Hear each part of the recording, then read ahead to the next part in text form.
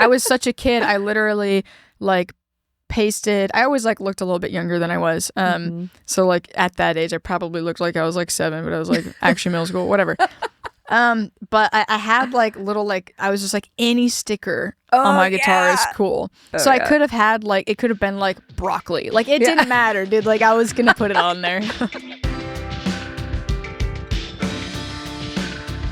Welcome to In the Round, a podcast for people who love music and genuine conversation. Join us as we sit down with some of our favorite local, regional, and national artists to chat about life and their creative journeys.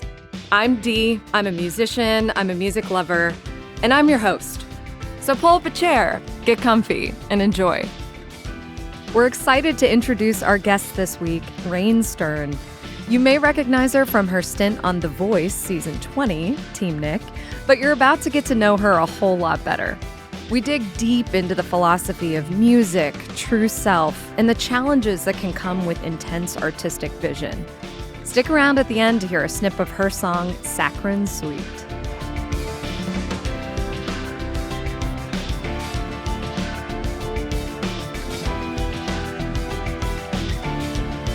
I am here with Raine Stern. Raine, welcome to In the Round. Thank you so much. So and I'm here with Diana, everyone.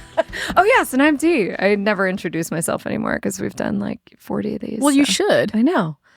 Hi, guys. I'm Dee. I'm Diana Weisar, your host.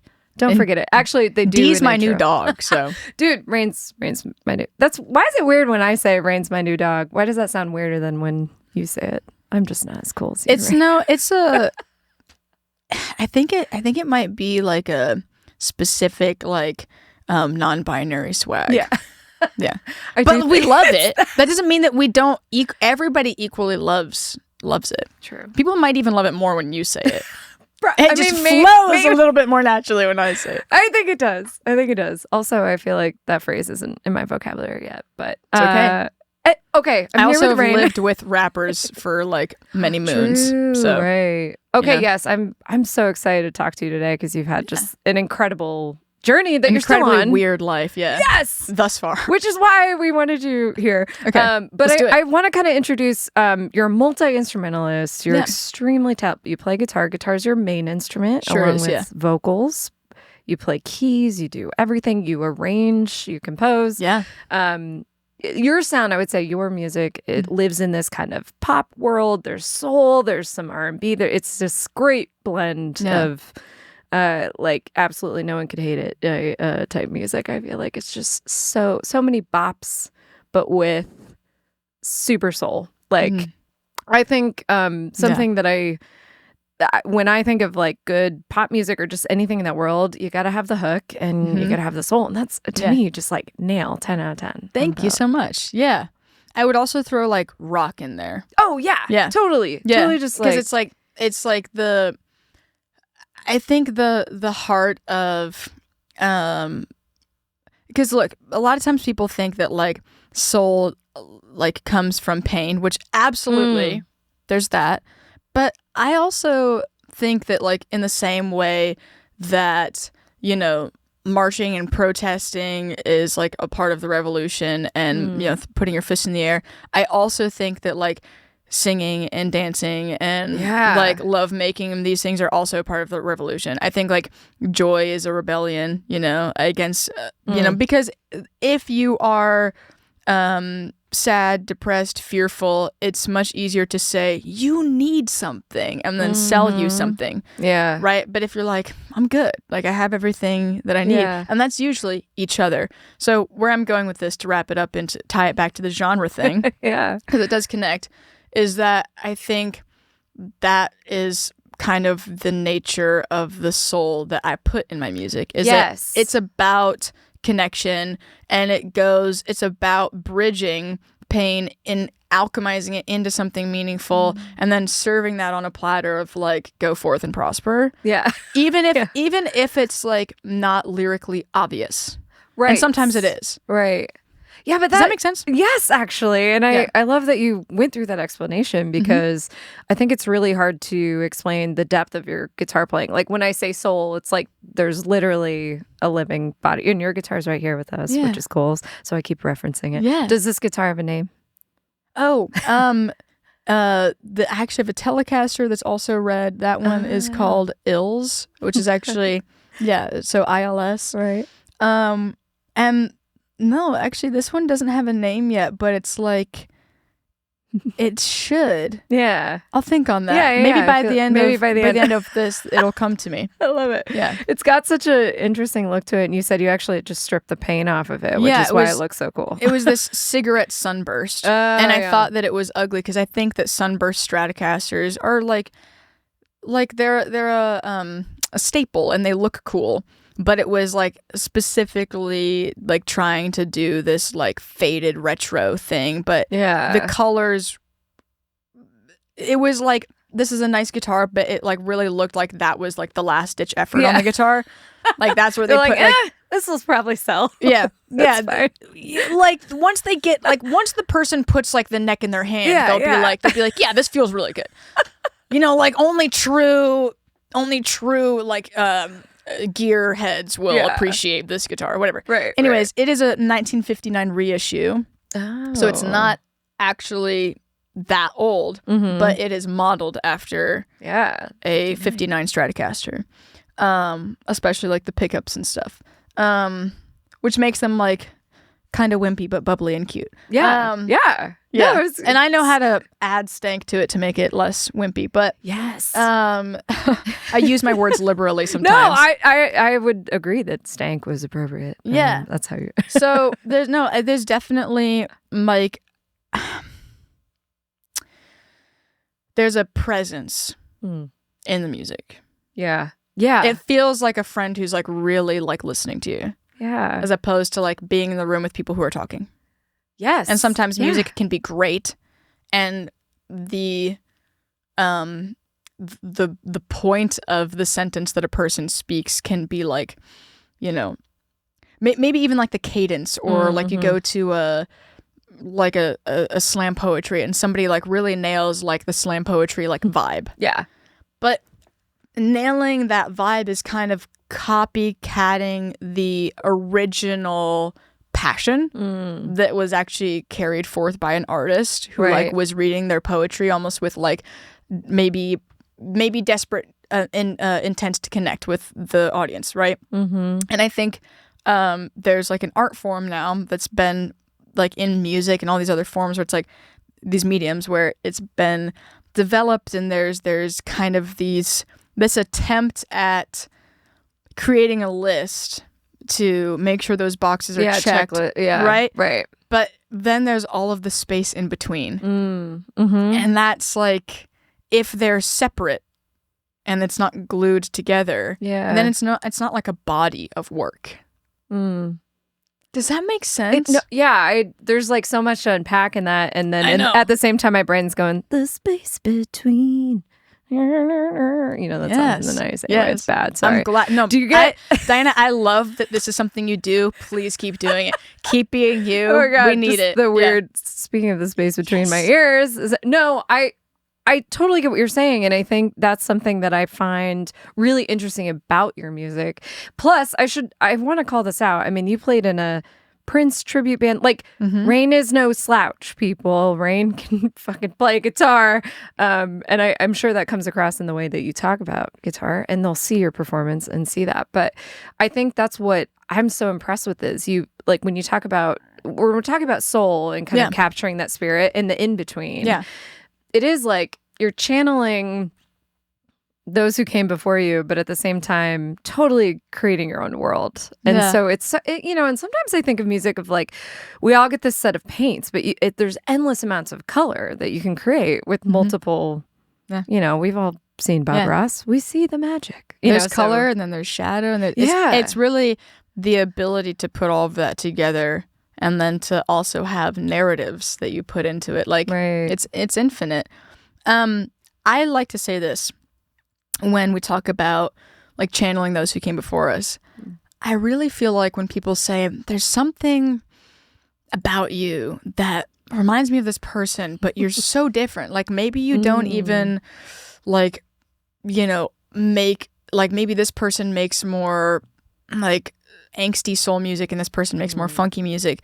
Like I get Prince a lot, but I also get Jeff Buckley a lot. Yeah. And I would not put, I don't think people would put those two people on the same playlist. No, but that's such a good point. That is the point. But I think what it is that each of these people in their own personality and their own, you know, you're raised as like Prince is a black man who kind of had his heyday in like the 80s. Right. And Jeff Buckley is a white guy who kind of had his like moment in the 90s. Yeah. And I don't mean like heyday or moment as in like that's the part that matters. I'm just saying, and now I'm neither of those things. Right. And I'm in a different era. And so I think that we're also like these little products of our environment and our biology and all this stuff.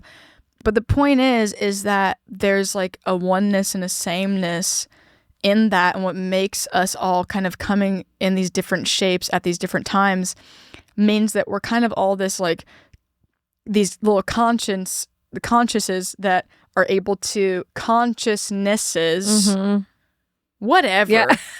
Brains. The C word, whatever it is. The C word. This is our C word, Diane. I don't think that other people, that's a thing. Anyways, moving on. We leave that on the floor.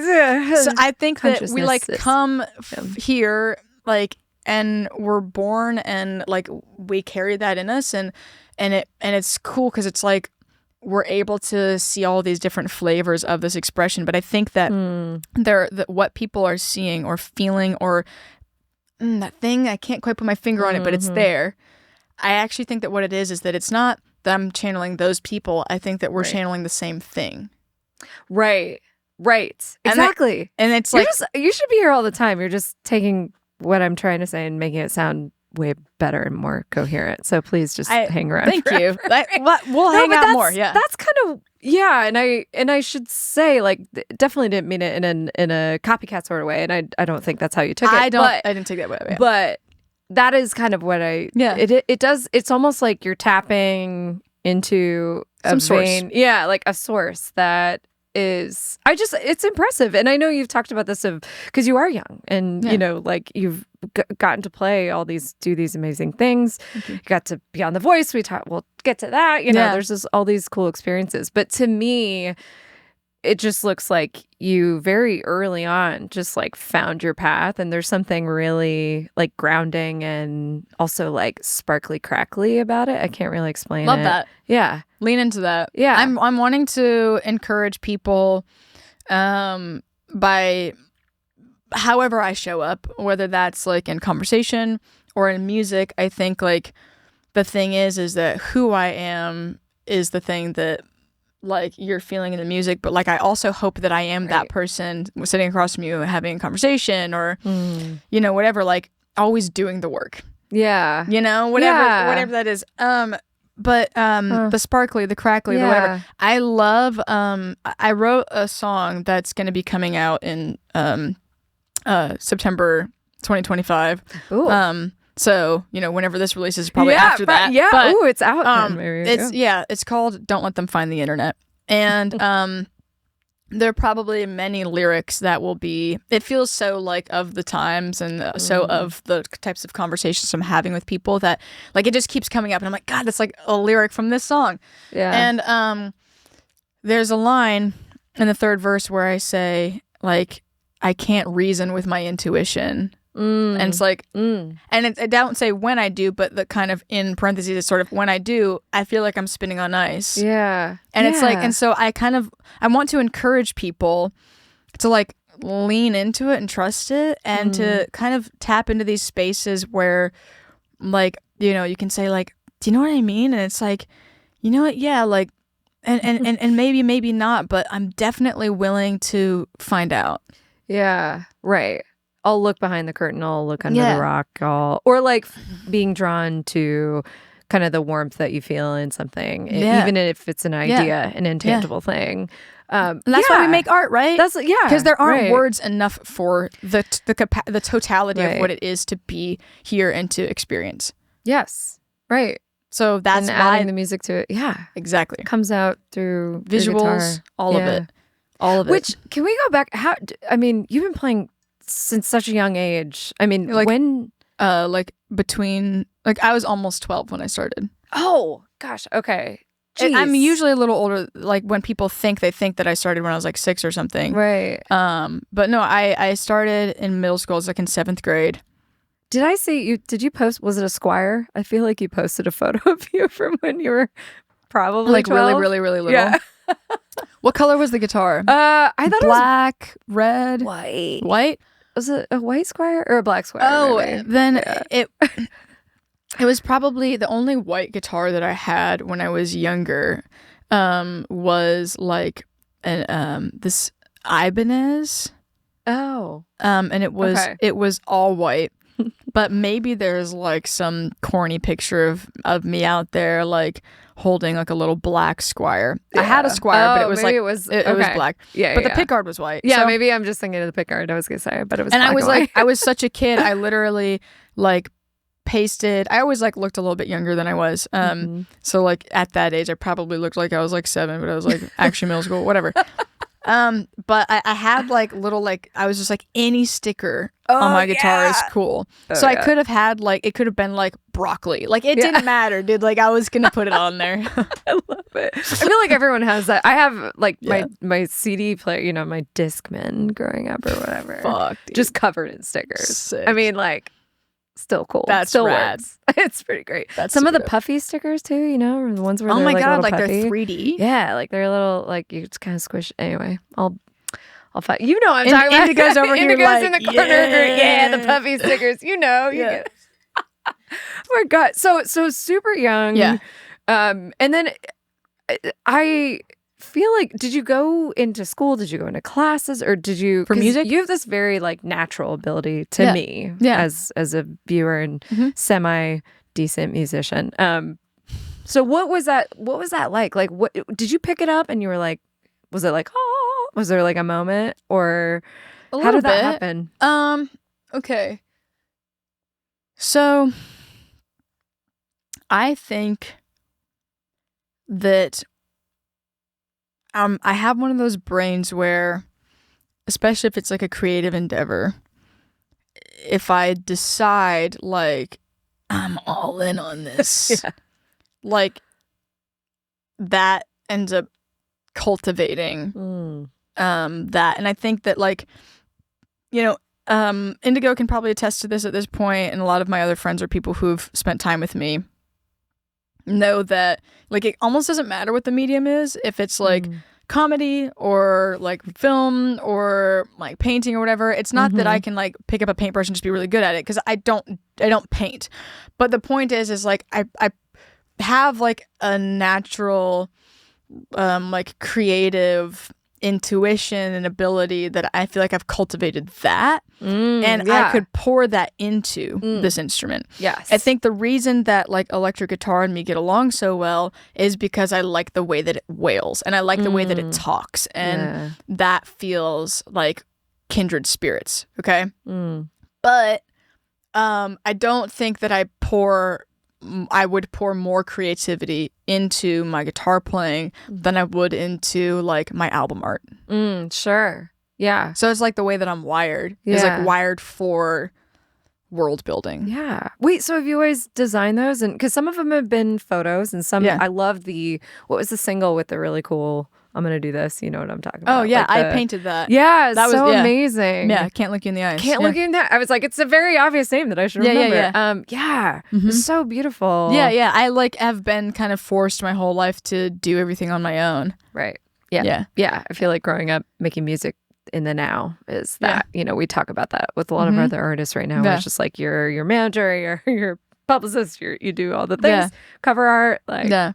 But I love working with people, and I think that an actual, this kind of leads to a genuine pain point, you know, being vulnerable in my life, is that I feel like I've always kind of felt like I'm too much and not enough. And that comes into play with like partially how I am built as a person. Like I really, really mean well, and I like want what's best for myself and the people around me and the world at large. But I'm so like into creating, that like if people aren't on that wavelength, or like the same intensity that I am about it, I have had like accidentally, you know, I don't know how to put it exactly, but because other people are nuanced and people have their different ways of looking at things and whatever.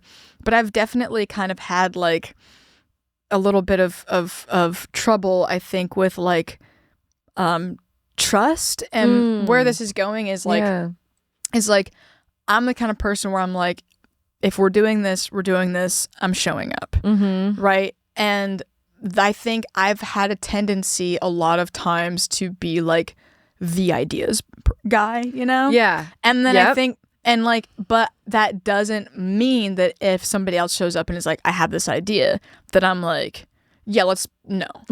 Right. I'm not like that. Right. But I have like had friends or people where like I have an idea and then they're like, yeah, that's dope. And if I've tried to like rope in whoever was around me, and I think I wasn't finding, like I wasn't wading through the crowd enough and like letting the universe. I was like fighting it. It was like, you know, let's say my dad, for example. Yeah. I'm speaking to process right now. So like hopefully eventually stay with me, kids. Buckle up. No, I love this. It will make sense. I love this. But like, let's say my dad. I'm just gonna a random person. It could be your dad. It could be your dad. It probably would be my dad. Yeah, it probably is my dad. Gary. Actually. Yeah, anyway. Gary. So me and Gary, I'm trying to tell Gary, dude, look, I have this idea, and I don't really have like other resources around me, and so Gary feels like potentially, if he's like, that's not really my thing, he might feel like I'm like pushy or that I'm like using him or that I'm selfish. But what it actually is that I'm just like autistic, super passionate, like really like part of my love language is creating, and that I'm like, I want to be around people. I want to have relationships with people. But part of that is like, can we make stuff together? Can you help me make this idea? If and when you have an idea, I'm there. Yeah. And I'll show up 110%. Does that make sense? No, it's so so much of this is resonating with me. I'm trying to like hold it together. No, first of all, I want to back up to your comment about being too much and not enough, because I hard relate to that. Right. And I feel like it is a creative thing, right? Yeah, like totally. Growing up performing and playing music and getting into that, and I think it just naturally you tend to fall into like a leadership type role at times, right? You kind of have to. Even when you're like, I would love to just help. I would like for everybody to be like equally as on the same page, but like if you find yourself in an environment where people are not as like, I have a vision as you, like with a band. I found this in many instances with bandmates, and I love when people are like, I'm down here for your vision. Like, let's do it. But yeah, carry on. Go back to what you're saying. No, but to your point, it can be sort of ostracizing on accident because people go, whoa, I can't keep up with, like, you're at a speed, like a miles per hour that I'm just not at. And it's like, it's not that you don't want to bring people in, but you're also like, get on board. And people can be wishy-washy or, you know, not... Yeah. It's like, do they really understand? No, this is truly, like, you're seeing part of my heart right now. Like, that's what I'm showing you. It's like the inside. Yeah. Like, check out this rib cage. Here's what lives here, you know? And then it's like, it's about finding people who are not only also visionaries enough to be able to see why what you're saying matters. We haven't gotten there yet, but something that's like one of the most beautiful, like, things about human beings is how, like, ingenious we are and how creative we are, that we can see an empty field and like think of what is not yet. We can like, I can imagine a building there, and then we build cities, you know? Right. And I think like a lot of this stuff is already built and it's already in motion. And so we come into this world, I think some of us like a little like, whatever, like kind of lackadaisical, and then you still have people who are still hungry. Yeah. Like you're born with it, or like, or you're raised a certain way, or I don't know, complex post-stress traumatic disorder, like maybe you have and like you're like, I have to do this. Insert condition here. Insert whatever. Insert human experience. Like the condition could be being a person, but like I think then you have to find people who can see it, who believe in it, and then who are also like, you know, about community and recognize the importance of that. Because I also think, let's try to give ourselves some grace. This world is not designed for like community. We kind of have to fight for it. Yeah. If capitalism is very structured so that it's like yeah, I want to help you, but like I can't because I have to work 12 hours a day. Right, yeah. Like, gotta hit my quota. Yeah, exactly. Right. And it's like, I don't even have like, I'm brain fog. I don't even have the brain space to imagine what the hell you're trying to say to me. Right? So you have to find people who are visionaries. You also have to find people who like emphasize or would like to emphasize community in their lives. And then like, additionally, you have to find people who are those two things and who are competitive enough to want to make something great, but not competitive in a way where it's going to cause conflict internally. Yeah. And that is a specific human being. And so I find myself a lot of the time isolated.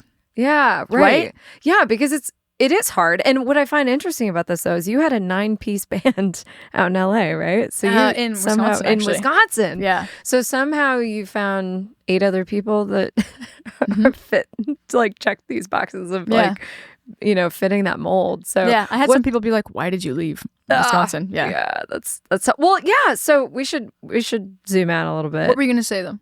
I mean, so many things, but you got me. I mean, I do want to talk about your band, but what you were just saying made me think of just recently. I was asked, I'm going to be on another podcast for a friend, and he sent some questions. He's like, "Who is a hero? Who's someone who you would think of as a hero in your life?"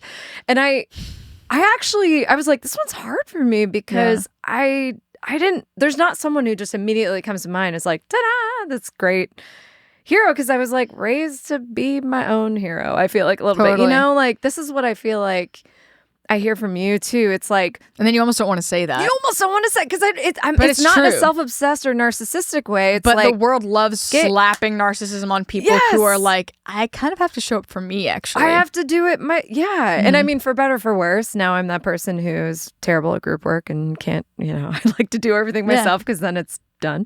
But I do feel like, you know, it was more like be your own champion. Yeah. And I, you know, so I think you're really good at that. But at the same time, that can be exhausting. It can be off-putting. I mean, you get off-putting for sure. Yeah. Like and certain people. And it also kind of like, in a way, like for me in particular, I think it would be a lot easier if my goal as an artist was to like be a sexy queer icon. Yeah. I could do that. I could lean into that. But I genuinely want to say stuff. And I think sometimes maybe even at like my own detriment where I'm stepping on my own feet.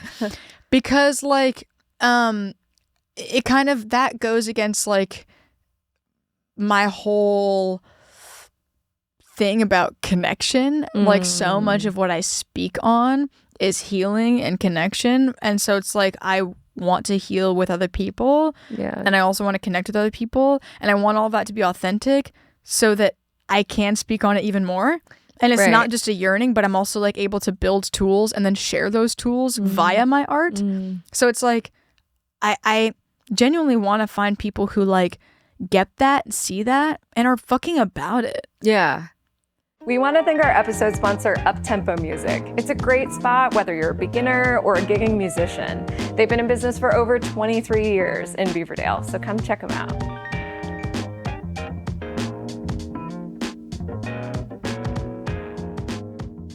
Okay, there's a great quote. I was digging through YouTube and TikToks of you, and there was this great quote on one, like a comment.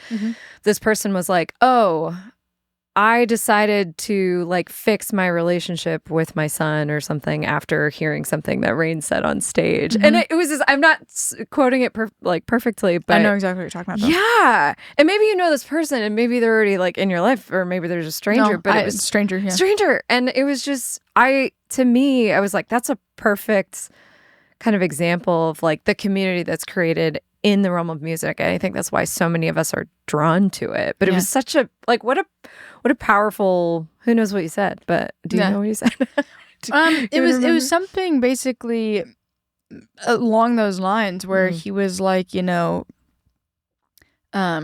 I was talking about, and I often do talk about connection, disconnection, and how a lot of these things are like, subconscious, or we're like kind of just like going through the motions, and we're like easier to offend in the process, and or like there's a lack of communication where it's like well, you don't understand, and so I'm hurt, and so I'm going to, and that's like an egotistical pain sometimes, where it's like, well, try to, especially if it's your kid, and I don't even remember what it was that I said on stage, because this was years ago, and I've said a lot of shit between now and then. Right. But not always as the depth of this, probably, but I don't know. For sure, a lot of it's gonna say some really ridiculous. A lot of it's really, really dumb, and that's fine. But no, I find I pretty regularly say at least one profound thing that makes like people in the audience go, yeah, something to this. Yeah, exactly. Yeah. When I perform, and so it's very hard, but I'm like a very, very emotional, sensitive person, and I think that like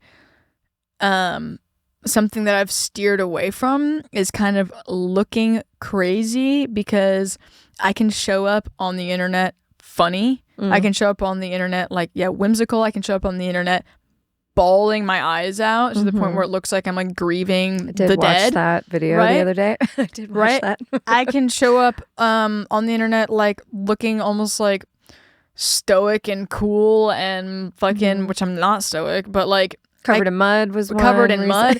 And the thing is that I think it's kind of if you see any one of those pieces, a lot of times we're like taught to brand mold ourselves in a way where it's like, make sure that whatever one thing a person comes across is going to grab them in the same way that all of your other media would. And I like, let's say general strokes picture. I don't think any management team now would actually say that that's 100% the case. Right. But I'm saying like, if you show up and your thing is I wear red and I'm hot, then like make sure you're always wearing red and you're always hot, right? And for me, the thing is that I'm like this mosaic of humanity, and I feel like there's this like entire family inside of me, and I'm like a mother, a father, a husband, a wife, a daughter, a son, a brother, a sister, a friend. Like I carry no nieces, no nephews, but everybody else. Fuck the nephews and the nieces, bro. Like I'm your unk, I don't know.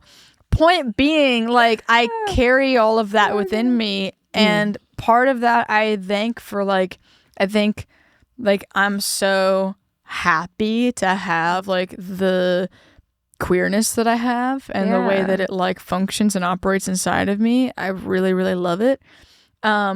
But it's also hard because it's confusing anytime I am told by the world, like, preemptively think about how you're showing up. And I'm like, no. I kind of don't want to. Yeah. And there's a reason for that. I think that people should think about how they're showing up in the world as a general statement.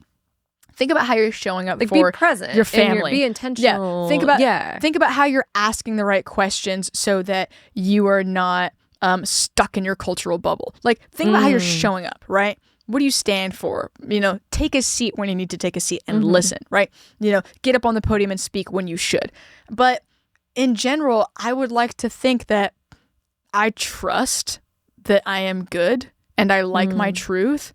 And therefore, I'd like to be heart first and stop thinking so fucking much. I don't want to think before I pull my phone out and hit record. Yeah, right. Like, that much. Like, maybe I know what I want to talk about, but, like, I don't want to think, how is this going to land? Yeah. Because I know that for me, and this is not advice that I'm just giving to everybody out there. Like, if you've identified that you love your truth and, like, that you mean well, then yes, like, this applies to you for sure.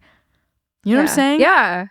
This is also so you, Raine. Like, I knew this is going to sound stupid because I'm literally talking to you. Yeah. But I just love, you're like, I haven't even really asked you questions, but I feel like you're answering them of like, this is what I wanted people to hear from you, because I think you do show up. You're always very authentic to me, and I know that's like important to you. And I think thinking of authenticity as a value and not a characteristic, like something that you invest in, totally, is different than just being like, I'm being so authentic right now. You know, like it's not the same as being vulnerable either. Exactly. And I think that's part of my like, you know, like wrestle, or at least my observation with like this like authentic era that we've entered in. I think there's kind of like, it's almost like we're, as a general society, like going through our like puberty about it. Like we're really awkward about it. It is so,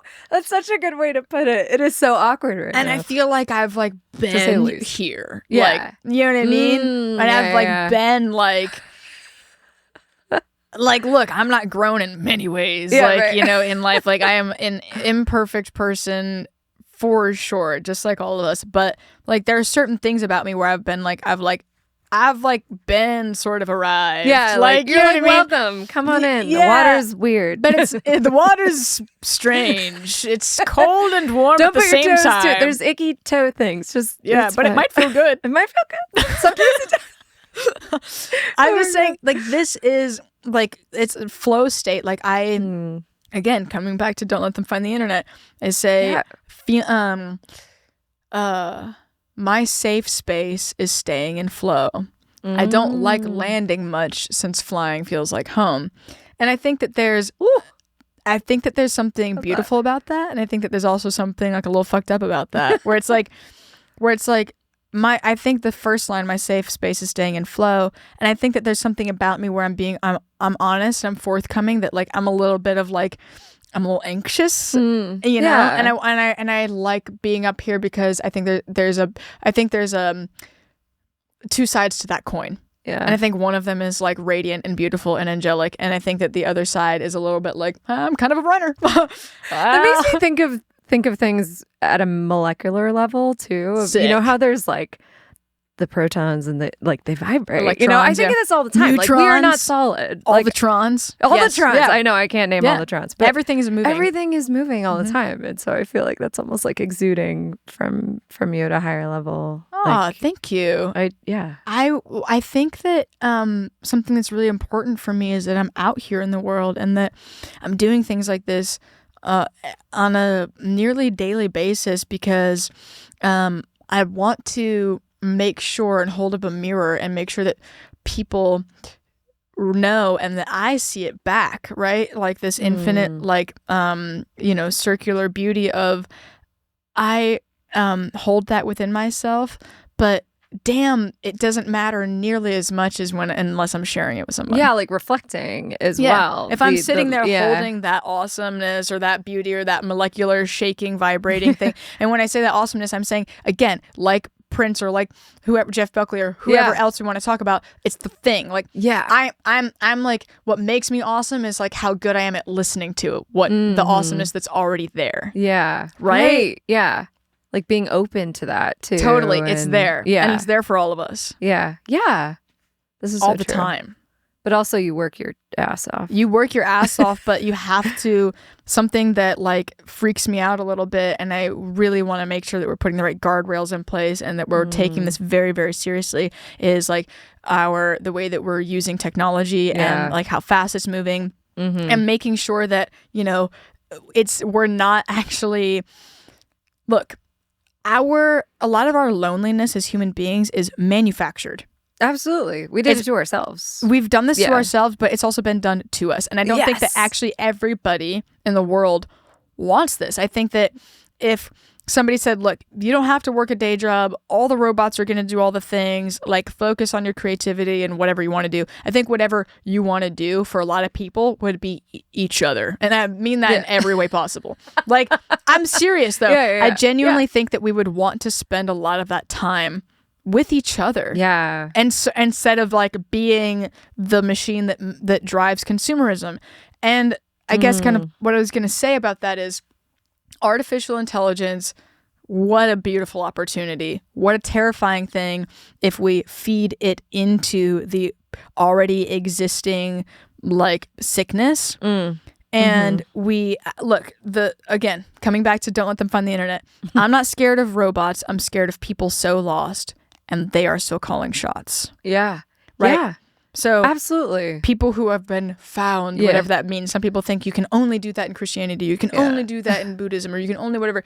I think that foundness is like a presence and an awareness of what really, like what's really true, and recognizing that like the seeking and enjoyment and yearning for truth like is as true as we can get. Yeah, like right. I want to know, and I'm ready to drop all of what I may have thought was whatever, and like I'm not attaching like my ideas or my beliefs or whatever to my self-worth, and therefore like it makes it a lot easier for me to like throw them away because I inherently have this value that is beyond my comprehension. And it exists in the way that I like worship and celebrate like the gift of being conscious on this planet here right now. And so, yes, artificial intelligence, we need guardrails. We need to make sure that they are assisting what is the most beautiful about humanity and protecting it at all costs. And getting rid of the fucking rest. Yeah. Because we have the ability to do it. But seeing these companies sell people AI boyfriends and girlfriends... I hear about that. I didn't even know that was a thing. And it is. I've just been so busy. I haven't been on the internet as much. And I was like, I turned away for 2 seconds and now this is happening. Exactly. I mean, it's insane to me. And a lot of it, my husband and I, we always joke, we're like, didn't they make the movie about this? Like, haven't we all seen the movie about when this goes horribly wrong? Yeah. Artists know decades before everybody else does. Yeah, totally. We're always speaking on it. Yeah. And we're always giving you options. Later, it's warnings and options. Yeah.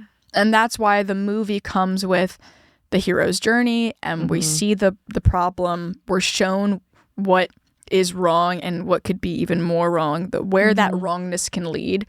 And then at the end, what artists like to do is we like to say, but we chose to love instead. And that is the example that's being set. And a lot of times I think people are like, predictability or whatever. And I think, yes... And, you know, it's really cool when artists do something else. Like, that's interesting. Yes. But there's also there's a spiritually profound point to that. Yeah. To that arc. I love your point. It's an example. It's like, no, but it's still the way that things should be done. Yeah. Kind of thing. Like, there's a reason to always choose that option. Exactly. Yeah. And I think that the thing is people see that and they're like, yeah, that would be so nice. And what artists are saying is, it can be. Yeah. You could. Right. And you should. There's something about being a creative that I think because we are constantly creating our own world. Yeah. That it's like, no, you can just change it. I mean, I feel you had this great comment about, I think I wrote it down, but it was about like not okay, you were talking about being on The Voice, which we should totally touch on just because that was a crazy cool thing that you got to do. In addition to all the other crazy cool stuff you've gotten to do. But you had this comment about someone was asking if you were nervous, and you're like, well, I mean, if someone said, if someone was like, I wasn't nervous, like they're totally lying. But it was a moment for you where you're like, well, I got to do it or die. Like, this is it. Like, this is it. Just do it. And Phil and I talk about that a lot as artists, we really do tend to get in our own way. It is so easy to compare yourself to every other artist who's creating. I'm my biggest problem. Right? Yes, exactly. The problem is it's me. Hi. Is that what she meant? But anyway, so I think it's up for interpretation. Yeah, right? I think it's that. But it was just this great comment I thought of, and like kudos to you for showing up in that moment. Your performance was incredible. Thank you. Geeking out on the internet watching. I love because you played Electric Feel, MGMT song, and I love that song, and that was like the best cover I've ever seen done. Thank you. Absolutely. And I love in a moment you were like, I arranged that. Like, actually, I put this together, which I thought was so great too. Because the Voice band, right, does all of the arrangements for the artists. Crazy. Yeah. Like, no, like I was like the first person to show up and basically be like, all right, boys and girls, so here's what we're doing. I brought my fucking desktop, like iMac computer with me. Amazing. I brought like all of my like recording equipment. And I straight up like assembled like in my DAW like all of the how things were gonna go. And I emailed them a rendition of what it was gonna be before we showed up, because I was like, well, this is what I've been doing. I've been a band leader. Yeah, I'm not gonna stop it with this one. Also, like, that's another skill set that is, to me, that would put you above maybe some other artists too. You know, I mean, it's okay. You know, it's but okay. I think it's okay. It speaks to that. People can have. Look, I think that we try to like what's the word I'm looking for? Like, help me out with this if I can't think of it. What like I meant by that too. Edit ourselves. Yeah, edit. Yeah, like I didn't mean it derogatorily, but you know, I always appreciate, and I know the other musicians in my life, like, oh, she's actually playing guitar. Oh, they're actually singing. Oh, you know, like, or there's a kind of a next effort, level thing expansiveness. Yes, you could say you could say like in addition to that, or like know, a more cohesive, a more cohesive look at the music you're creating. Like when you put all your fingers in the pie, then you can really, you know, experience it. And you had a comment about that too, of like, when the more involved you are in the creative process, like the better you play it too. You kind of said something to that effect, which I thought was, it totally makes sense. Yeah. But I just thought for the voice, like a lot of people get up there. It's basic, you know, it's kind of karaoke, like for a moment. That's how they do it. There's a real band. It's cool. But I thought it was really cool that you brought your own arrangement. I feel like it sets you apart. Thank you. To come back to that comment about somebody being like, were you nervous? I was like, well, yeah, because I think nervousness is also literally like heightened, like it can be excitement, you can be like fear, right? So nervousness takes on many shapes and forms, but absolutely. And that's why I said if somebody said they weren't, like, bogus. Yeah, especially if it's like your first go at something like that. Right. Okay. But what I said that I thought was like maybe meaningful for other people to hear, as I said, look, it's not about singing to these celebrity panel of coaches. I was like, it's about singing to everybody past them. Yeah. And that showed. And this performance is not about you guys. Yeah, right. I don't really care what you guys think about me. Yeah. And that's not to say that I don't care about... I care more about connecting, and you are just as much my audience, Blake Shelton and Nick Jonas and Kelly Clarkson and John Legend, as anybody else. Yeah. As Diana. Yeah. As Indigo. As anyone else that you can name or see in the world. Or that you can't name. All of us. Like, my performance matters, and it matters to me that it connects with you equally. Yeah. And so that's when somebody interviewed me about that. I was like, I just hope I do well, because I don't want to get in my own way. Because look, if you sing a bad note or whatever, it could be a distraction from the message. And that's the main reason why I want to be good. I don't want to be good so that somebody hears me and goes, wow, I'm impressed. I don't want them to be distracted from the point. Ooh, that is so interesting. Because, oh God, that's so interesting. That's why being good matters to me. Yes, because you also had this great comment in that same interview about advice you would give to other people, and it was about taking care of yourself and like physically, mentally, in every way. But I feel like that ties into that. Like I see you put out there also what you're trying to get back, but also I love that there's kind of this accessibility to, like, just how you were saying, like everyone. Blake Shelton is not at a higher, like, he matters just as much as them. I think you can tell, right? Totally. Yeah, I'm like, you're a fucking guy. Yeah. Although I was like, how'd you pick a coach? You know, and they're all staring at you. Honestly, my brother, before I went up, was like, if Nick Jonas turns around, pick him. And I was like, okay. Okay, thanks for helping me out. Yeah. Oh, God. No, if Kelly had turned around, I probably would have picked her. I know. She straight up. Go ahead. No, she was like, oh, I'm an idiot. I should have turned around. And I was like, yeah. What they edited out, because they edited out a lot. Yeah. But my brother, and this is not right, you're not supposed to do this, but I'm unafraid genuinely of this. Come for me. Yeah. You're not going to. That would just help. But my brother like recorded, because my family was able to basically like Zoom call in and watch the live performance. It was COVID so the whole like 20 whatever minutes that we were talking, he actually got an entire audio recording of it. So I can, if somebody was like, no way he said that, I'd be like, no, I got press it. play. Yes. Yeah. Oh my God. So, sibling win. Yeah. Sibling for the win. Yeah. And so he shared that with me. Anyways, what was I gonna say? Oh, so Kelly said, I genuinely, she was like, this is like not really happened to me before, but she was like, I genuinely like kind of, I don't remember exactly what she said, but I would say like lost in the sauce, whatever. She got in it. She was so present. Which is one of the reasons I wish she had turned around, because I feel like her presence and my presence locked in, and she was listening to the point where she genuinely said, I forgot I was on the show. And so she said, I forgot to hit the button.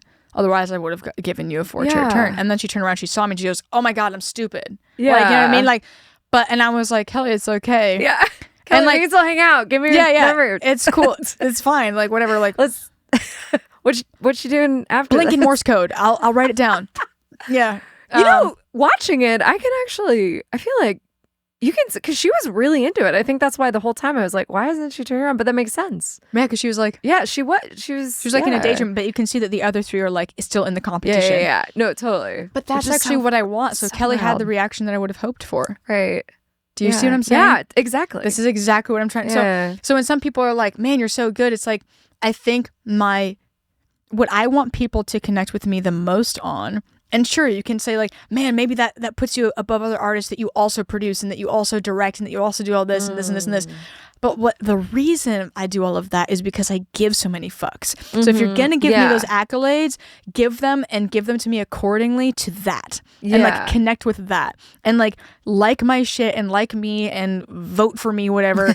For that reason. Yes. Don't vote for me because I'm talented. Yeah. Vote for me because I pour heart into what I do and I'm so good at it because I give so many shits that you're about the message that I'm trying to share with you, that you're able to actually hear it. So like that's the only reason why I'm like, damn, I don't want to sing off key or play this thing wrong or whatever. Right. It's not about like, I don't really care if I'm singing out of key if I'm having the time of my life to no one. Yeah. Right? And it's not about embarrassment sugar either. Makes the medicine go down, right? That's what I'm feeling like. It's the candy coating again, so that the inside is landing where it should. Look, if everything's not perfect, but like the right amount of grit, the right amount of imperfection, then like people feel it. And it's like, but if you have, if you're, too off, then people, or too in your head or too whatever, then it's like, then people pick up on that. Yeah, and now they're thinking about that. Yeah, right. And that's what I'm getting at. Totally. So anyways, makes sense. That's what it is for me. Interesting way to think about that and think about the craft of being a musician and the reason, like, I love, you were talking in an interview about having a vocal coach that you really liked, and I was like, man, Raine has an incredible voice. What do you need a coach for? But that's the point. It's vocal coach that I really liked. I don't even know. This was like, I've never actually had like an actual vocal instructor, but maybe it was like someone who was like helping you out. I think around that time, I can't remember. You were talking to the guy about it, but I just in terms of like investing in your instrument, because also singing, we haven't even talked to that. You have an incredible voice. I love your tone. It's like I make this joke that I want to Ursula people, like put your voice in a shell and keep it like Little Mermaid. Yeah. And what is it about the tone?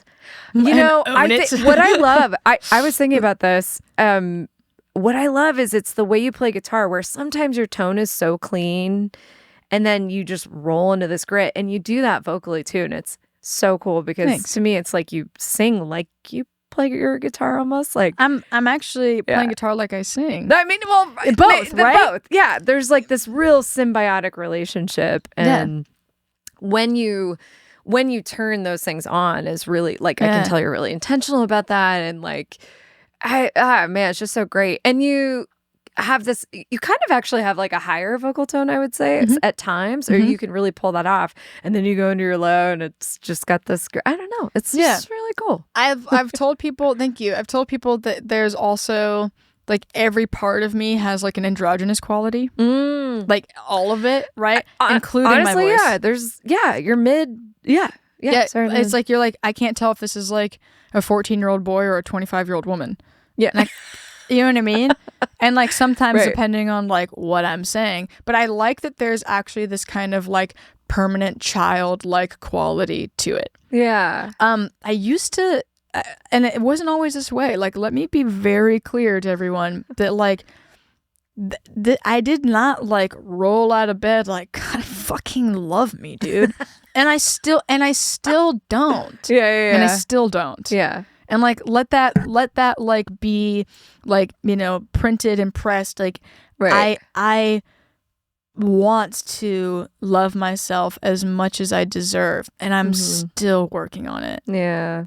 Okay? So it's like I don't worship myself or what I do. And we made you come here and talk about yourself. Let's be clear. They know what's going on. Yeah. This guy. Yeah. But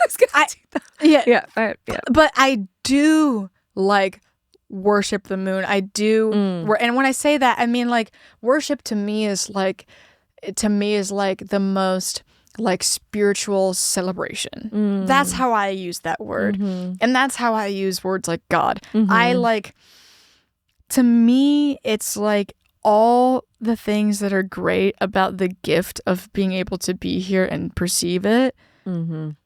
Like I feel it so hard that like I do what I do so that I can create an easier pathway of understanding, so that other people, so I can even know myself better, so that I can articulate myself better, so I can create this easier pathway of like river of understanding, so that there can be like less me, less you, and more us. Yeah.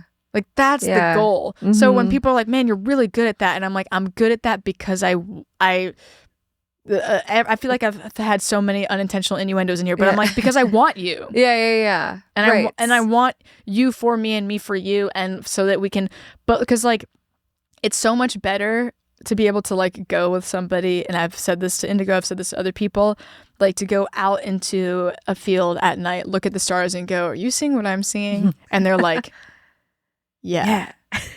Right? Yeah, totally. That's what my music is in a nutshell. Yeah. Like that's my goal as a person beyond music. Yeah. In all of my art. I hope that that's what's happening, whatever I'm doing. I think it absolutely comes across. And this is why I'm glad you're here talking to us about it today. Cheers. Amazing. Oh my Thank gosh. You. Okay, I have one last question. Okay. Because I feel like I could talk to you forever, and then we'd be just trapped in this room for centuries. And my leg would be really asleep. Yeah, should we switch? Should we ready? Okay. That is nice. Right? I didn't even realize that I was doing. Anyway, riveting. This is riveting entertainment. So you grew up in the Midwest. Yep. Moved out to LA. Yep. You're back here now, but you're flying. You're about to fly back. You're working. But how was? I just kind of wanted to hear you touch on your LA experience. I know it's still ongoing. Oh my gosh! But living out there and just performing with you did, producing, the whole thing. I think my answer is going to end up being different than what might be expected. Okay. Ooh, that's what I wanted. So I was hoping I wouldn't know. You cracked me up. I love you. Okay. So, all right. The thing I learned the most from my time in LA, coming in contact with other people who are like really loud in their presence. And what I mean by that is just like really a lot of individuals, a lot of artists, a lot of people who are like actively thinking and not passively existing, is that it didn't challenge me necessarily in my craft. It didn't make me become more insecure or something to see all these amazing people. I continued to be somebody that people were like, whoa, like while I was there. Yeah. And I acknowledge that like I've got that thing. It doesn't matter where you are in the world.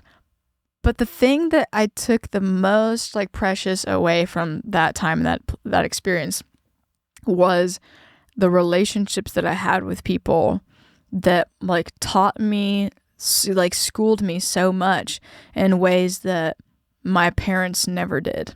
I had these relationships with this like what an individual heavy place LA is, for better or worse. Yeah. Okay. Right. And I had a lot of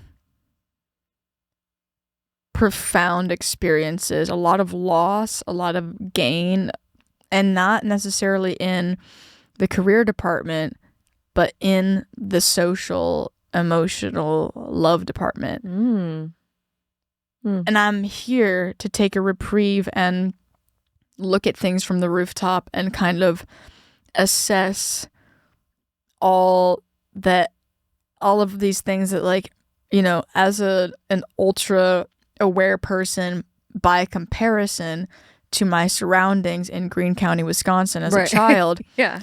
Like, I ended up growing this awareness, but also with a shield and a chip on my shoulder while I was doing it, because I think it was a survival tactic. I kind of had to. Like, if you approach somebody with softness and you go, let's figure this out, and they go, what the hell's that? Yeah, right. Shield. Okay. And I brought that shield with me everywhere I went. I mean, I think people wouldn't understand necessarily, at least right away, until I explain it deeper, why, you know, I could go out and play, wow the audience, and then have somebody come up to me afterwards and be like, you know, pat me on the shoulder and be like, man, kid, like, there's just no way it's not going to work out for you. You've got this. And I'm like, actually, there is a way. And that way is a lack of community and a lack of you. And if you, as my audience, don't also show up for me the way I'm pouring my heart out to you, I am just giving and not getting. And so as a person who's not a product of nepotism, like, it is ultra important and crucial that, like, when I say, it would mean the world to me if you have tears running down your face because of what I... Yeah, I know. I just realized moment for the mega is so amazing. Okay, but if you have that, you know, experience because of my art, then the same love that you could give back to me is find your favorite art piece or music of mine and text it to 5 or 10 of your friends, whatever. Right. That direct kind of communicate that is carrying forward the torch that I'm wanting to pass on. And I've had people be like, "You don't need me." What? And I've developed. In moments like that, and in moments where I feel like I've had everything that could possibly be said to a person and, like, said to me. Like, I've been pedestalized and I've been put down like crazy.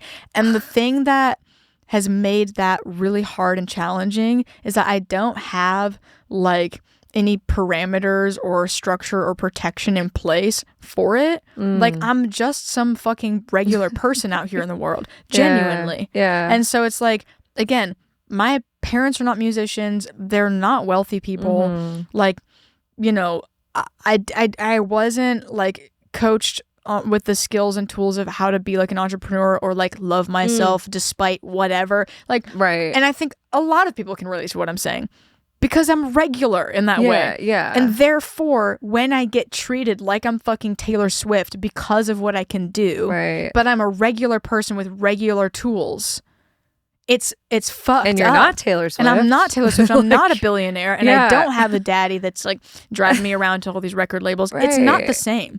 And I think people don't realize, like, the impact and effect and pressure that they've put on me without the support. Oh, yeah. Oh, man. And I try to articulate what that support could look like. Yeah. And I got tired, and I carried that shield and that chip on my shoulder around, and I infused it into every relationship I ever had, including the ones where people were like, soul gazing, I see you, I love you, I want to be with you. Right. Because programming. And this is the part where I'm like, I'm here because I'm unprogramming, and I hope that everyone feels that their programming or unprogramming or love or connection or lack thereof or all of that is this is a fucking invitation, because I don't have, like, I don't have like a separation. That's what you were talking about. There's like an accessibility. And I think that that's actually, God, that's fucking cool. And that's honestly like my biggest asset. Yeah. Is the accessibility. And I'm not pretending that like I want community in order to leverage that accessibility. It's real.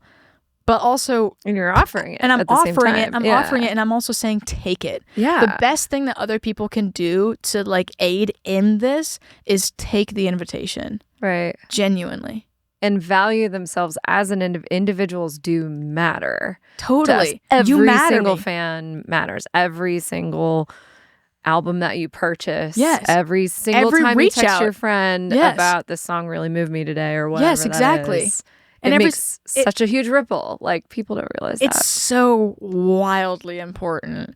And I'm like, what does my community need or want from me? How can I show up for you guys as a leader? Maybe if I have this ability to like speak well, like what do you want me to speak on? Mm-hmm. Right. I'll do that. Yeah. And then all I'm asking you to do is share it. Like, if you want me to light a fire, I'll do it. I'll light that fire. Like, but I can't do it all myself. Yeah. No, like I can't. And it's also not the point. Yeah. It's not. Yeah. Right. Right.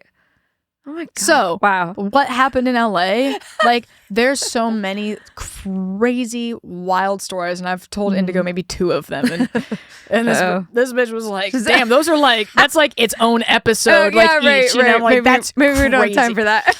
No, we really don't, because that would be its own entire other segment. Part 2, Raine in LA. Genuinely. We can do it. We can absolutely We'll do it like comic book style. Like, all of a sudden it's this whole animation of you like running through the streets of LA. Yes. I know. Yes. I wish I had time and money and to do that. No, we can do that in a DIY way.